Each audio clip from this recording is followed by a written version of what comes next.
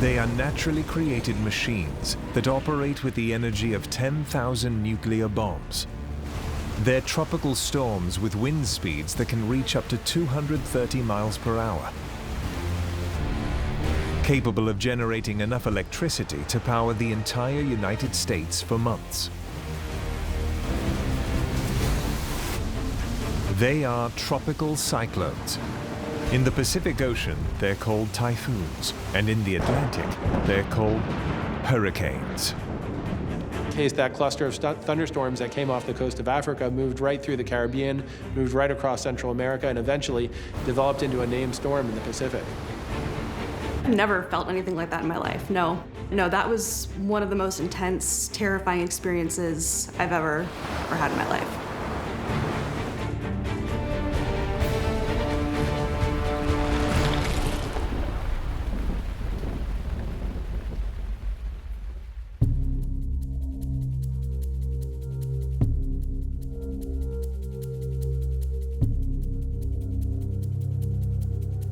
It's like a giant engine that begins sucking heat from tropical waters to fuel itself.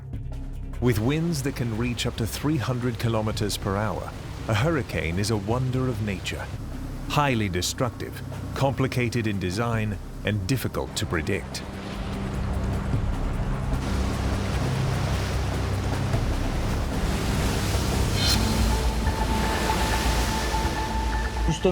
Hurricanes or typhoons or cyclones, they have several names, are machines, we will say, with extremely complex thermodynamics. It is a very large cloud system, naturally, which has a vortex structure, therefore something that revolves around itself. It feeds on the weather, on the vapor from the ocean. This vapor is then transformed into rain. They're objects that are hundreds of kilometers long, even up to almost 1,000 kilometers long.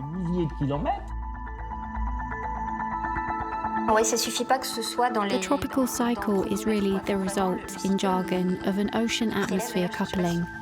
There really is a transfer of energy in the form of heat and humidity between the ocean and the atmosphere. And that's what makes a cyclone live.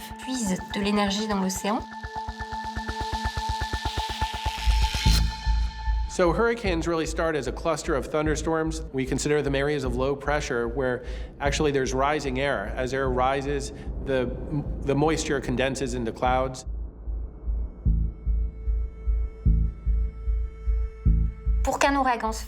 There will be the formation of a depression at the place where the air began to rise. L'air qui se trouve juste au-dessus de l'océan chaud, il va se charger en chaleur et en humidité au contact de l'océan.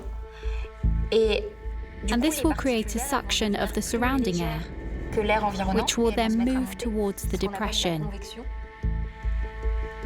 Par conséquent, il va y avoir formation d'une dépression. It's colossal. That's because there are two types of energy to consider. There is the thermal energy associated with the hurricane, and there is the kinetic energy, which is the energy associated with the wind.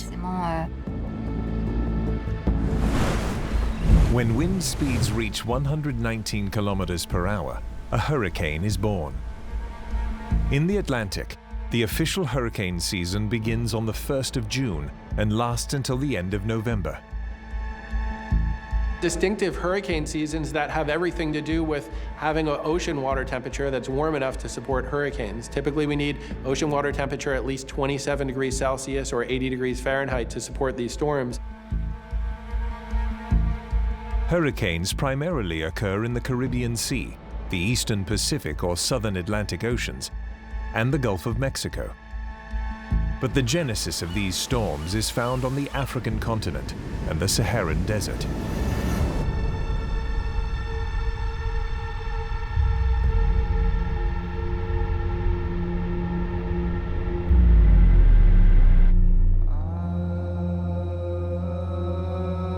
Hurricanes primarily occur in the Caribbean Sea. As one of the largest deserts in the world, the Sahara covers 25% of the African continent, more than 3 million square miles. This desert's wide expanse of sand absorbs heat and then radiates vast amounts back into the atmosphere. The heat and humidity over equatorial Africa create thunderstorms. These storms travel west over the Atlantic Ocean and can organize into a tropical depression.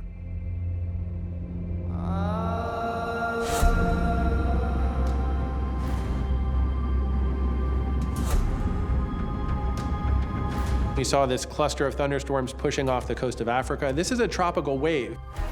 Some people get confused when they hear wave, they're thinking the kind of wave that surfers ride in the ocean, but atmospheric waves often are just areas of disturbed weather that track through the tropics. On August 28, 2014, a tropical wave off the African coast catches the attention of atmospheric scientists of NOAA, the National Oceanic and Atmospheric Administration of the United States. The storm is steered by the trade winds, the prevailing winds that flow permanently from east to west across the Earth's equatorial region.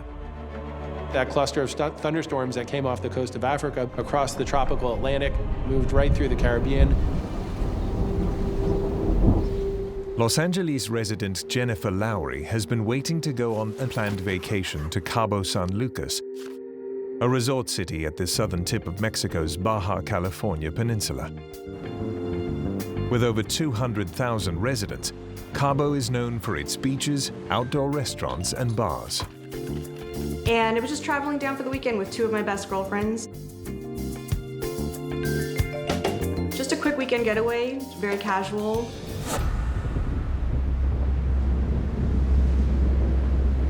September 3, 2014.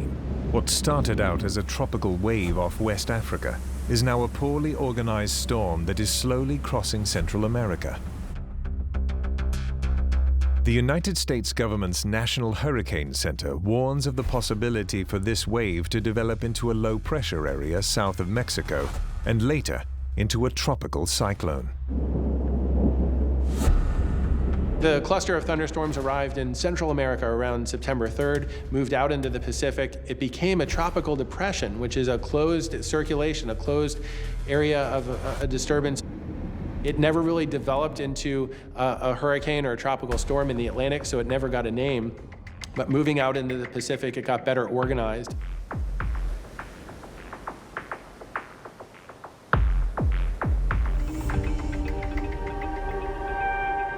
Yeah, so that day it was a lot of hanging out by the pool and walking down to the beach, just, again, only overhearing a couple minor conversations, but nothing, no announcements from the hotel, nothing, even on the weather radar that would indicate a threat in terms of a hurricane headed our way. But heard rumors that it was out there, but not headed in our direction. And so we just went about our day. We went down to the beach, just a happy little holiday. There was nothing indicating that there was anything amiss.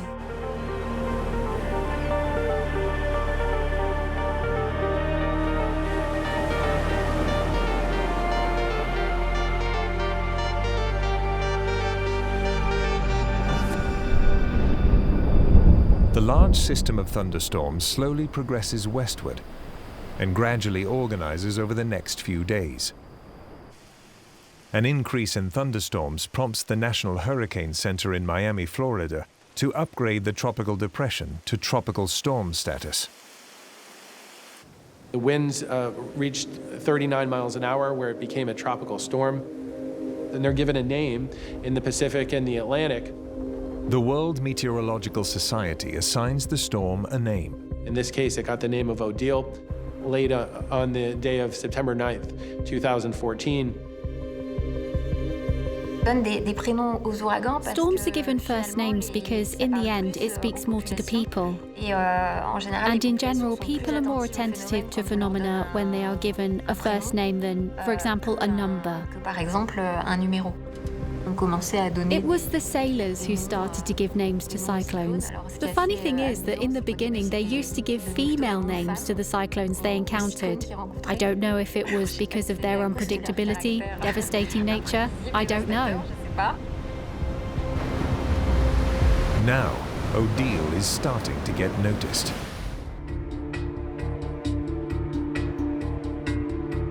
There were some rumors around the hotel, or some murmurings that the storm was strengthening and was headed back east, so towards the Cabo Peninsula. No indication it was going to be a major disaster. From there, Odile really started to strengthen a little bit as a tropical storm, but something really interesting from September 11th to September 13th, 2014.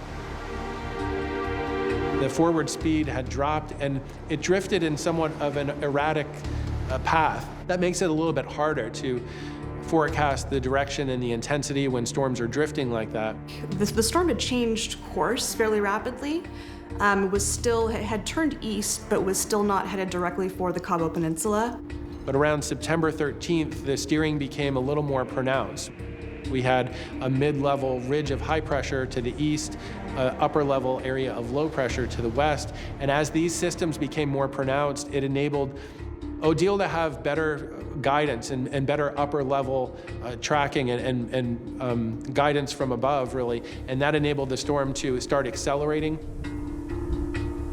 Not only did Odile start accelerating towards the coast of the Baja Peninsula of Mexico, but it actually intensified very rapidly at that time as well. With wind speeds increasing to over 119 kilometers per hour, Tropical Storm Odile is becoming a hurricane, capable of much more devastation. On Saturday, or September 12th, we started hearing about the storm from some of the other people in the pool. Often kind of overheard some conversations from some other travelers saying that, oh, there was a hurricane developing in the Pacific, but it wasn't really a threat. At the time, it was headed out west, but it's there, just to kind of keep an eye on. But again, at that time, it was not even on our radar. It was just kind of like, oh, there's a storm, no big deal, we'll be fine. Odile rapidly intensified from a tropical depression to a tropical storm, and then right up to a Category 3 hurricane, which is considered a major hurricane on the Saffir-Simpson hurricane wind scale. So it became a very violent and very dangerous hurricane. The winds increased by 55 knots. That's about 63 miles an hour, or more than 100 kilometers an hour in less than 24 hours. So very rapid intensification. The National Hurricane Center in Miami, Florida, upgrades the storm to hurricane intensity on September 13th. And some of the other guests would say, there's no shot there's ever going to be a big storm here. But Jennifer and her fellow resort guests in Cabo have no idea that their lives are about to change forever.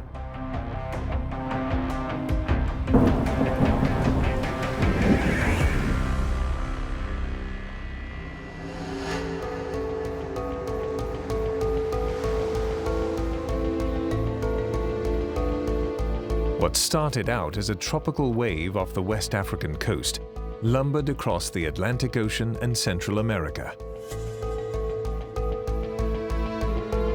Now in the Pacific Ocean, a large central area of thunderstorms has taken form, surrounding a circulating center. The National Hurricane Center designates the storm as Hurricane Odile. The initial forecast is that Odile will track westward, curving out to sea and avoiding land. In the resorts of Cabo, a minor weather alert is posted. When we first started to hear rumors of it, or just that it was out there, nothing more than a little excitement. Coming from Southern California, there's not a lot of weather, so the thought of a big storm that might potentially let us have an extra day off work and stay in Mexico an extra day seemed exciting, but that's about it. Nothing dangerous, nothing fearful. We walked around the property, took pictures, and again, at that point, it was more of a novelty, like this is really, really exciting and fun. And we didn't, think there was a little bit of concern, but nothing that, we weren't fearful for our lives at that point. And there was no major reason for concern at that point.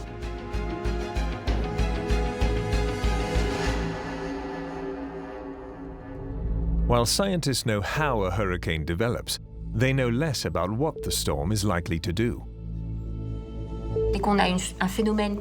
As soon as there is a phenomenon that begins to resemble a hurricane, researchers, especially the American researchers, since they're the ones most concerned by these hurricanes, they will begin to run models to try to forecast, to see if the hurricane will develop, and above all, to predict its trajectory.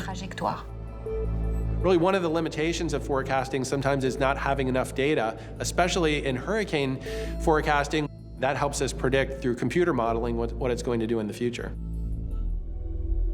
For over half a century, information from satellites is used to track the movement of hurricanes. Satellites allow us to measure the surface temperature of the water. They obviously allow us to monitor tropical cyclones. We can see them forming over the ocean, even though they have not yet fully developed. Satellite advances in the last 40 or 50 years have enabled us to sample the weather through satellites, detecting cloud formations, hurricane formations, data. We don't know what's happening over time in the hurricane. Sometimes it's hard to sample these areas. Retrieving data from battering wind speeds of 240 kilometers per hour seems almost impossible. When a hurricane begins to threaten the United States, the Americans send planes specially designed to fly into cyclones. Flying directly into Odile are NOAA's two P-3 Orions and a Gulfstream 4 jet for hurricane observations. These are the hurricane hunters.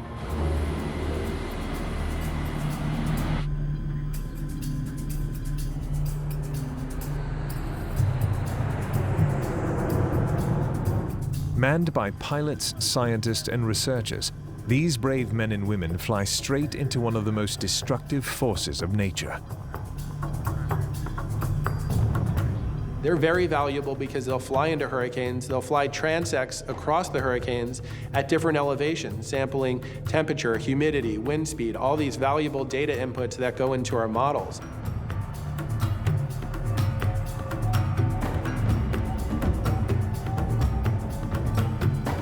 On board is high-tech equipment, like radar and fixed probes that measure particles in the air. Buffeted by howling winds, blinding rain, and violent drafts, these aircraft can slice through the eye wall of this monster, entering the relative calm of the storm's eye.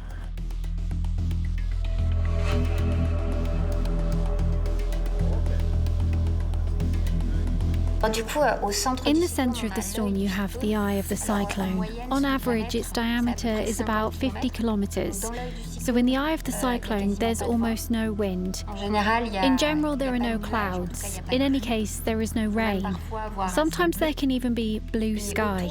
And around this eye, there is an area where there is a lot of rain, where the winds are extremely strong. It's called the cyclone wall. And beyond this area of the cyclone wall, there are actually spiral bands, bands of rain.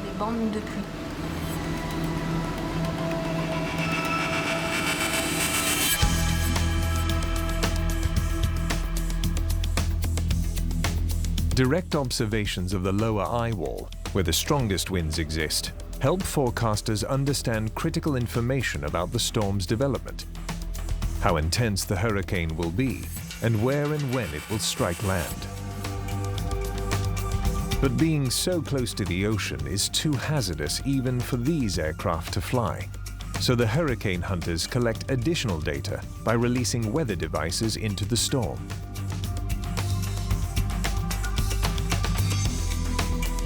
They'll actually drop sensors out of the airplanes that are tethered to parachutes. They're called drop zones, and they actually go through an atmospheric column collecting data on the way down. They give us a snapshot of what's happening in the atmosphere at a certain time and at a certain location. As drop zones fall toward the ocean, they transmit data such as pressure, temperature, wind speed, wind direction, and moisture to scientists aboard the Hurricane Hunter aircraft. Drop zones actually, they provide a snapshot of data in time. There's innovation and experimentation now with launching drones into hurricanes, and those do two things. If a drone can stay airborne for hours, instead of getting a snapshot like a photograph of the atmosphere, it's more like collecting a movie of the atmosphere. You're getting hours of data, and so this is giving you a lot more information. The other thing interesting about drones is that they'll often be positioned near the boundary layer where the atmosphere meets the ocean. That's a dangerous area where the hurricane hunter planes do not fly because the winds are really strong, and also hurricanes push towering waves, so it's really dangerous for an airplane to be near the ocean surface. NOAA's unmanned aircraft systems have the ability to get closer and deeper inside the hurricane. The canister is released from the P-3 plane. The drone is deployed, opens its wingspan and flies through the storm. Once it attains level flight, it begins operations. The data helps to predict the storm's maximum intensity and what's going on inside its inner core. Hurricanes are not only tracked from the air, they are also closely monitored from the sea.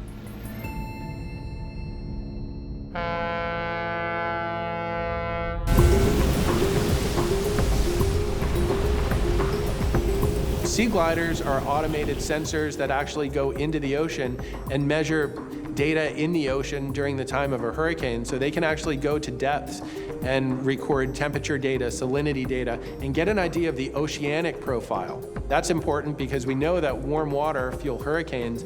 So if your heat content goes really deep, your warm water goes deep, that actually will give you a lot more fuel over time.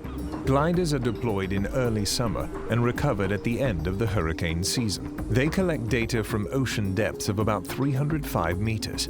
At the surface, they transmit data to NOAA's Atlantic Oceanographic and Meteorological Laboratory, which is then made available worldwide on the web. Finally, we have more and more satellite data. We have more and more observations. We have more and more real-time data and more computing power from computers that allow us to make forecasts using numerical models. And this has enabled us to make progress, especially in forecasting the trajectory of tropical cyclones. While projected models show Odile to be moving in a more western direction, the hurricane hunters discover it is, in fact, now moving further north. So we're predicting a trajectory, and around that we plan an area where it might go. This is the zone that I'm going to call the zone of uncertainty. That's the forecasting cone. Odile accelerates north-northwest in the direction of the Baja California Peninsula. Getting the forecast right can be a matter of life or death. In order to properly create forecasting models of hurricanes, scientists need to understand how they move. Help may come from a most unlikely place, like a soap bubble. A group of physicists at the University of Bordeaux discovered that when they heated hand-sized soap bubbles, vortices of color swirled into action. Are you going to make hurricanes? Yes, you could say that. They're not exactly hurricanes, but they're hurricane-like objects, and sometimes they behave in a similar way. When it heats up, you can see that the liquid starts to stir in all directions. These vortices had a very particular dynamic in the sense that they began to rotate very slowly, and then, little by little, they rotated faster and faster. And then this speed began to decline and decrease, and that hit us right away, because hurricanes have a similar behavior. The movement of a soap bubble vortex follows a path. By studying how these mini soap storms intensify and move, the group developed a mathematical model that can forecast, on a much grander scale, the trajectory of a tropical cyclone. If we follow the intensity of these eddies, the wind speed in the first 40 or 50 hours, for example, for a hurricane, if we follow how it varies over time, we can predict, for example, when the maximum intensity is going to be reached and what that maximum intensity would be. We can see that in the history of these hurricanes, the variations in relation to the average trajectory, well, they are similar to what we find in the whirlpools of the soap bubble. The objective of researchers is to better understand and finally succeed in better forecasting of tropical cyclones, hurricanes and typhoons. The objective is to better understand them in order to be able to predict them better, to forecast them earlier, to make more precise forecasts and, in any case, to be able to better warn populations that may be threatened. Les populations éventuellement menacées. When Odile makes an unexpected sharp turn north, it puts the resort city of Cabo San Lucas directly in its path. It grows into a Category 4 hurricane. Really originally was forecast to be more out towards sea, and Odile actually stayed to the east of what was originally forecast. It became a very violent and very dangerous hurricane, tracking right towards the Baja Peninsula of Mexico and right towards Cabo San Lucas, a very populated and popular tourist area. At that point, it was still a little fun and excitement, really silly. Clearly not taking it, as seriously as we should. But then again, everyone else at the same time was saying that it wasn't going to be a big deal. This was fun. We would have some cocktails. We'd be stuck a day. We'd ride the storm out in our hotel. We had food. We'd watch movies. Great, no big deal.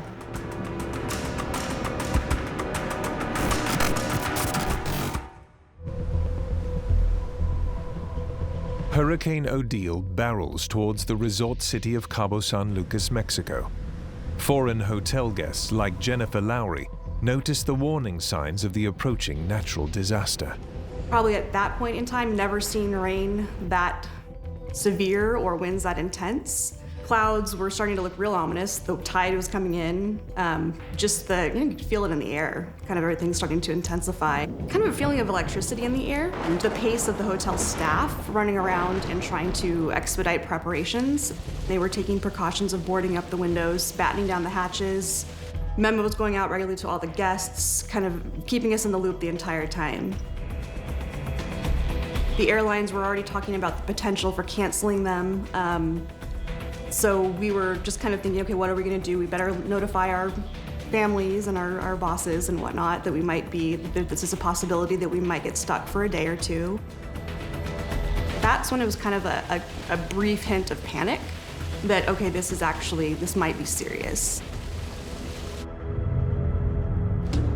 Odile started out as a hurricane, which was relatively gentle. The increase in winds was relatively slow at the beginning. And then, at a certain point, it started a very strong acceleration of the speeds. The speeds started to increase very strongly. A hurricane will exist through the entire first layer of the atmosphere called the troposphere. The strongest winds in the hurricane will be near the ground. In order to measure and quantify the intensity of a cyclone, we can talk about its winds, the speed of its winds. It's very important because it's this speed that does the damage. It's not the hurricane alone, but it's the speed of the winds that damages the houses, that destroys the trees. We consider Category 3 through Category 5 as major hurricanes, capable of doing major structural damage when those winds push into coastal communities. Odile is a Category 4 cyclone. Its winds were blowing at 220 kilometers per hour. And even we've had some impacts of hurricanes that were Category 5s offshore, but then weakened before landfall. Category 5 wind speeds exceed 157 miles an hour. For example, Hurricane Katrina. 24 hours before landfall, Katrina had maximum sustained winds more than 175 miles an hour. But the winds don't tell the entire story about the damage hurricanes can cause.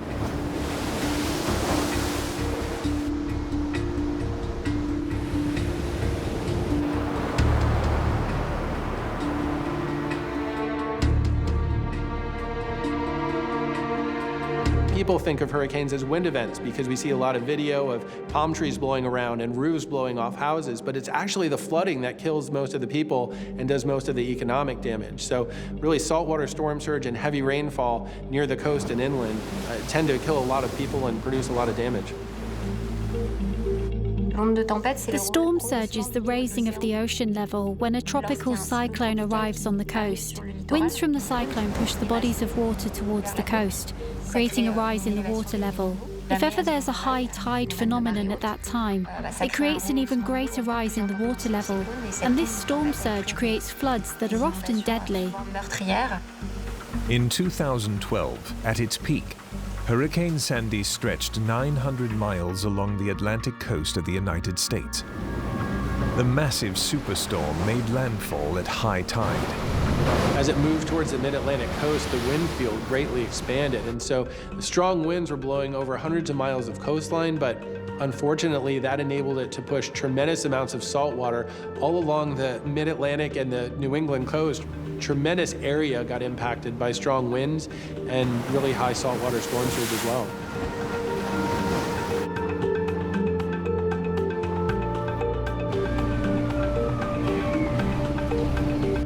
The resulting storm surge was catastrophic. 346,000 homes were destroyed along the New Jersey shore, tens of billions of dollars of damage, and a total of 285 lives were lost.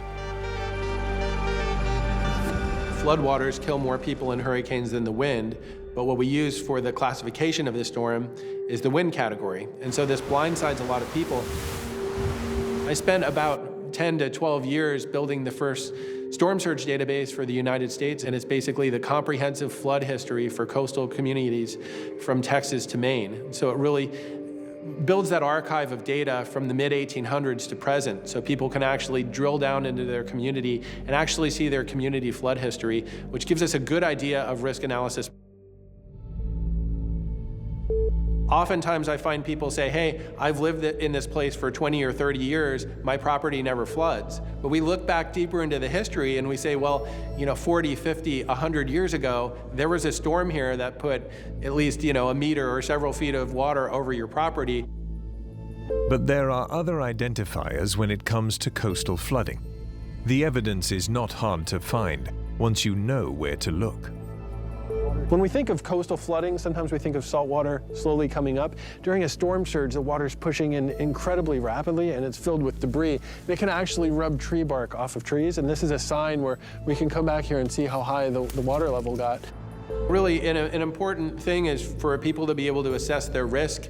We need both models and data for this. So the reason we need models is that hurricanes are rare events and every hurricane is different. So we need a model to get an idea of flood potential, because the next hurricane is probably going to look a little bit different than all the historical ones. So we need to get an idea of what can happen in the future.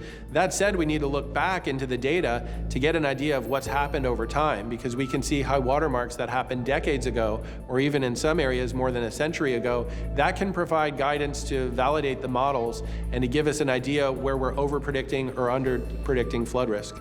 Although hurricanes from a century ago were fueled by unusually warm temperatures from the Atlantic Ocean, today the Atlantic is surpassing even those temperatures and getting warmer. Are severe hurricanes destined to strike more often? The risk may be greater than we know. 2020 hurricane season broke all records for the number of named storms in the tropical North Atlantic. This had everything to do with just prime development conditions. We're seeing warmer waters in many areas. This can actually increase the number of hurricanes because we're increasing that threshold of required water temperature to support hurricanes.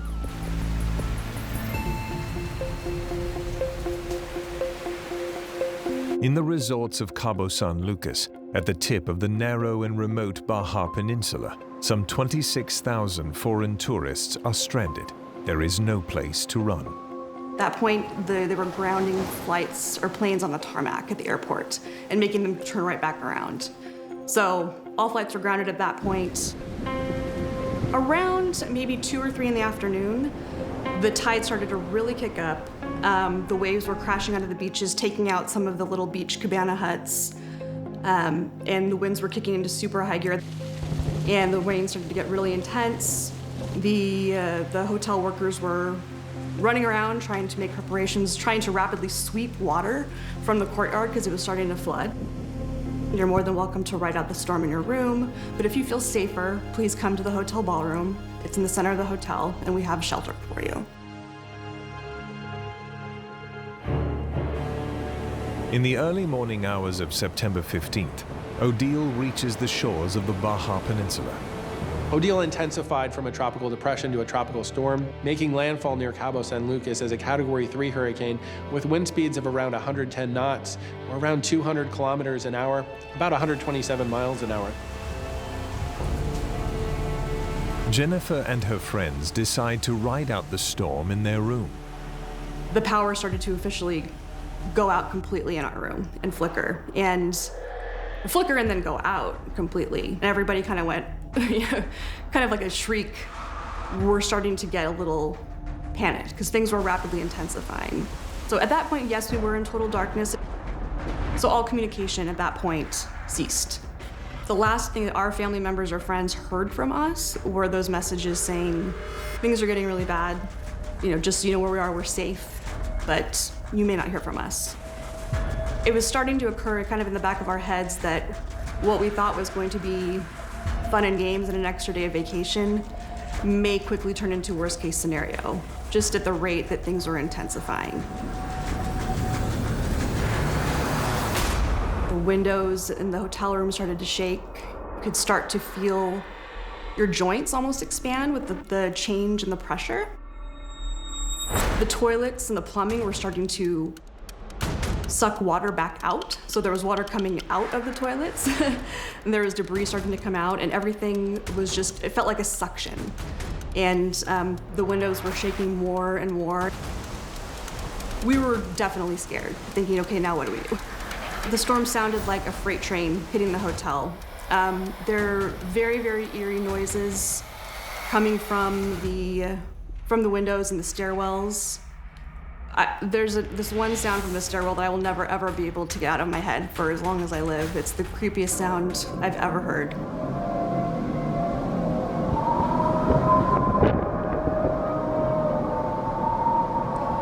Basically, the hurricane playing the hotel like a wind instrument.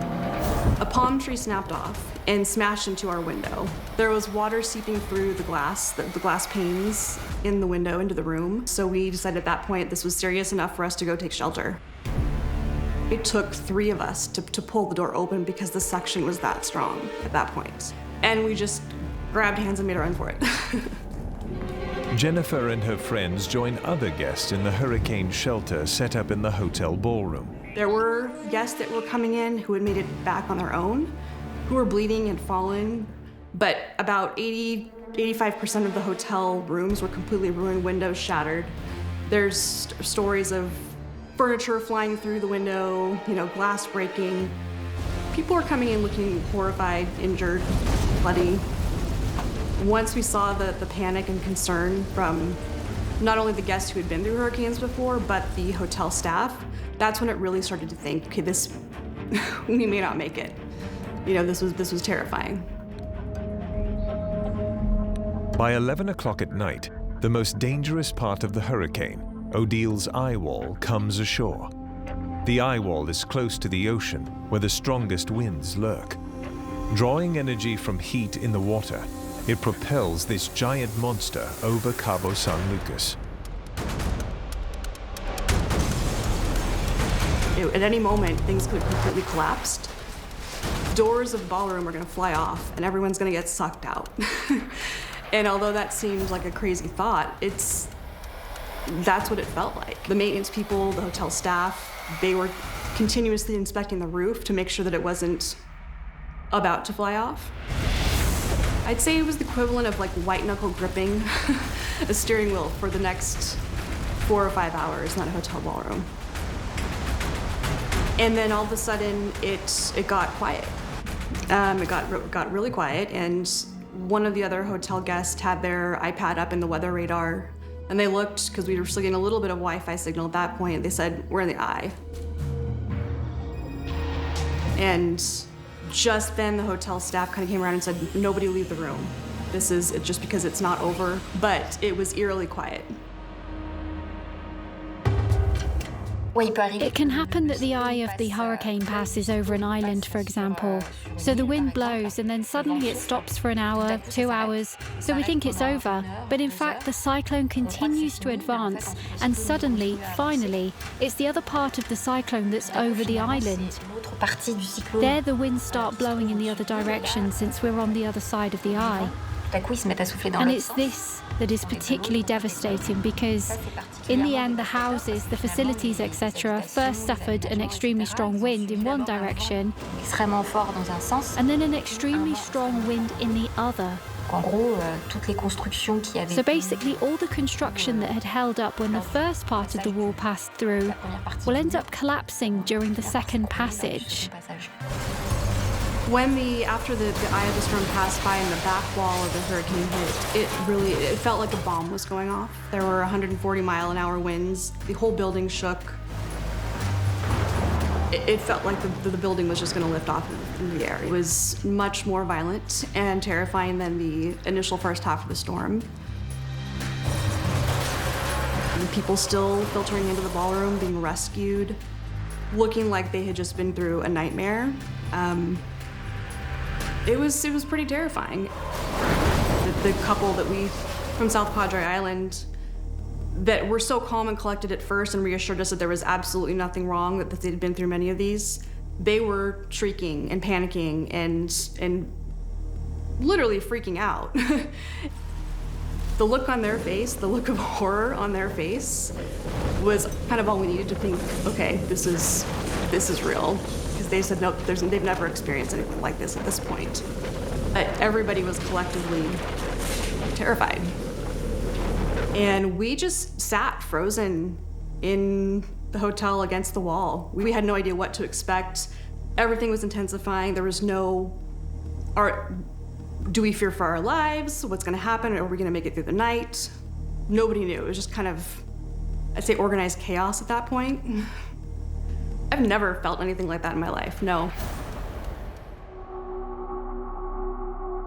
In the early morning hours of September 16th, after spending the night inside the hotel ballroom, resort guests awakened to an eerie silence outside. Hurricane Odile is gone. But around 6 a.m., the hotel staff started to go out and assess the damage done, and then about 8 a.m., they let us step outside. And it was, I don't think anything could have prepared us for what we saw. It was like landing on a different planet entirely. The hotel was completely destroyed. And the strength of a storm could do that much damage was, there's no words to describe it really. I think that was at that point where I was just in awe of what had happened and the power of those types of storms. There was furniture in the hotel fountain, cars flipped over. It was unreal. I've never seen anything like it at that point. Our room was one of the ones that was not entirely destroyed, and we were allowed to go back there if we wanted to. However, just because it wasn't destroyed doesn't mean it was livable. There were still 3 inches of water on the ground. There was sewage and debris that had been sucked up through the toilet that was stuck to the walls. We really didn't notice until the day after the storm how bad the situation was. That was when we heard that the airport had been completely destroyed and that the marina was completely destroyed. Yeah, the roads were washed out and there were no cars to drive, amongst other things. But the more severe rumor was that we wouldn't be getting out of here for at least a month before they would be able to get the airport in shape to get people out of there. But the thought of being there a month, we didn't know, the thought of, okay, what are we gonna do for food, for water? What are our families gonna think we're dead? There was just a ton, thoughts were swirling. It was pretty terrifying.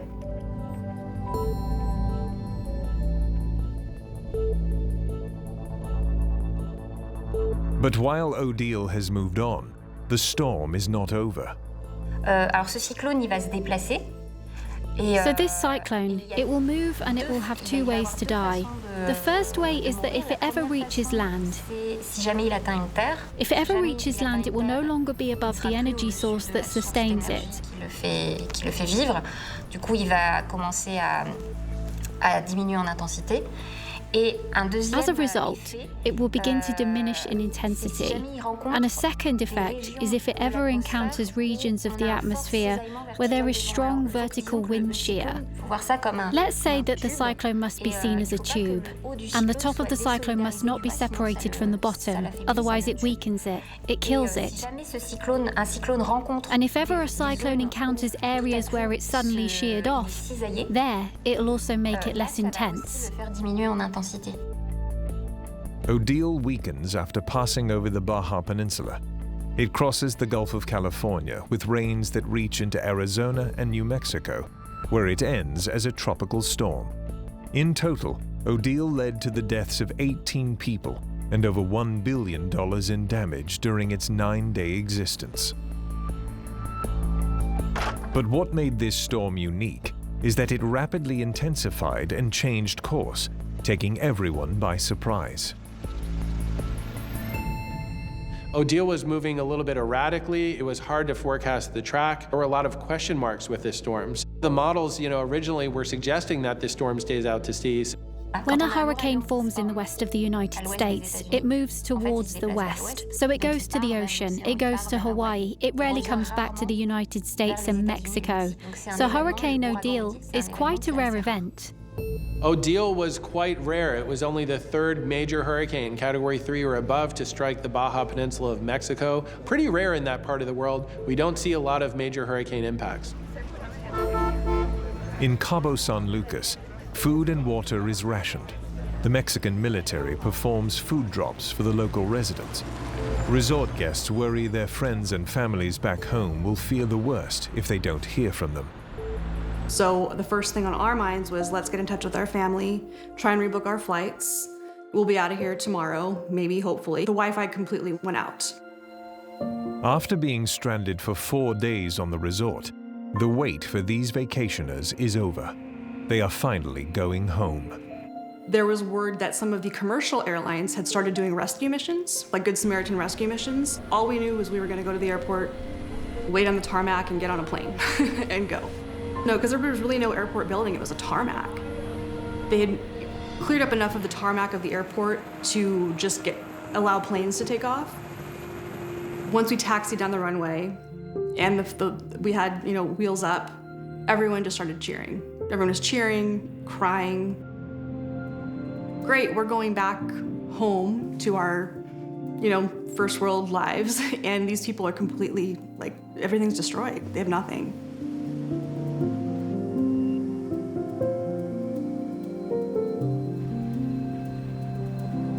Many of the vacationers, now survivors, began a fund to help the community of Cabo San Lucas rebuild.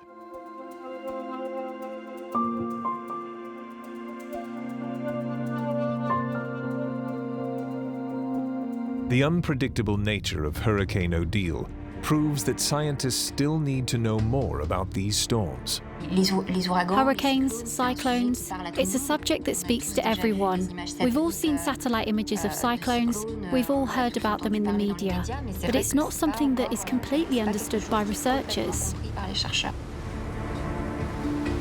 And this makes it all the more difficult to predict what will happen to them with climate change. It's a really complex issue. It is up for debate if climate change will produce more hurricanes in the future or not. The models generally suggest that the number of hurricanes may not really change, but the hurricanes that do form may have a tendency to become stronger. In regards to the influence of climate change on the trajectory of tropical cyclones, on their size, on their speed of movement, there is no clear answer to this. That is to say, the forecasts for the moment are too different to be able to be conclusive on this question. But most scientists do agree that this destructive force of nature will only get worse and more unpredictable. Recent findings show the average forward speed of hurricanes has been slowing down as average global temperatures warm. When hurricanes stall in one place, they produce huge rainfalls and severe flooding as water rises to record levels. In 2017, Hurricane Harvey sat over Houston for 4 days, and dropped over 2 meters of rain in some areas. 68 people were killed. Another impact that we may see with a changing climate is rapid intensification of hurricanes, especially as they're near the coastal areas. This has a lot of impacts and makes it hard to prepare for them. The coastlines, they're getting more and more populated, more and more developed.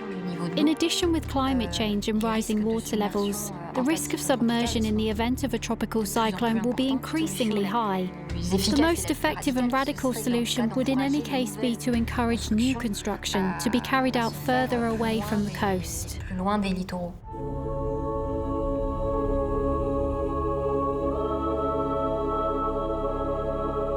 On September 8, 1900, a 16-foot, about a 5-meter wall of water pushed across Galveston Island, killing 6,000 to 8,000 people when a Category 4 hurricane made landfall. Most people died from the saltwater storm surge. It devastated Galveston. Much of the island was destroyed, and so soon after that, a seawall was built, really protecting the island and protecting the city of Galveston from the tremendous waves and water that can push in during hurricanes. Walls to protect from rising seas may become part of a future hurricane defense. The statue on Galveston's seawall is in memory of the Great Storm of 1900.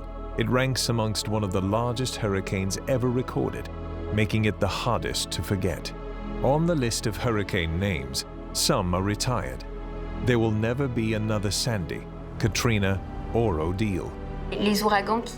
Hurricanes or tropical cyclones that have caused too much damage are removed from the list. So we will never have Hurricane Katrina again, never again have Hurricane Matthew. These are names that have been removed from the list because they have too many bad memories. And for some, those memories can last a lifetime. There was genuine PTSD that lingered when we got home from the storm, from the hurricane. Any little noise you hear, or if you hear someone passing by your window, complete jumping, because you're constantly on guard. And it took the three of us a very long time to get back into that normal life. An experience like that stays with you forever. Well, first of all, opened my eyes to what the power of nature and what a destructive force it can be, and the strength of a storm like that. That was one of the most intense, terrifying experiences I've ever had in my life.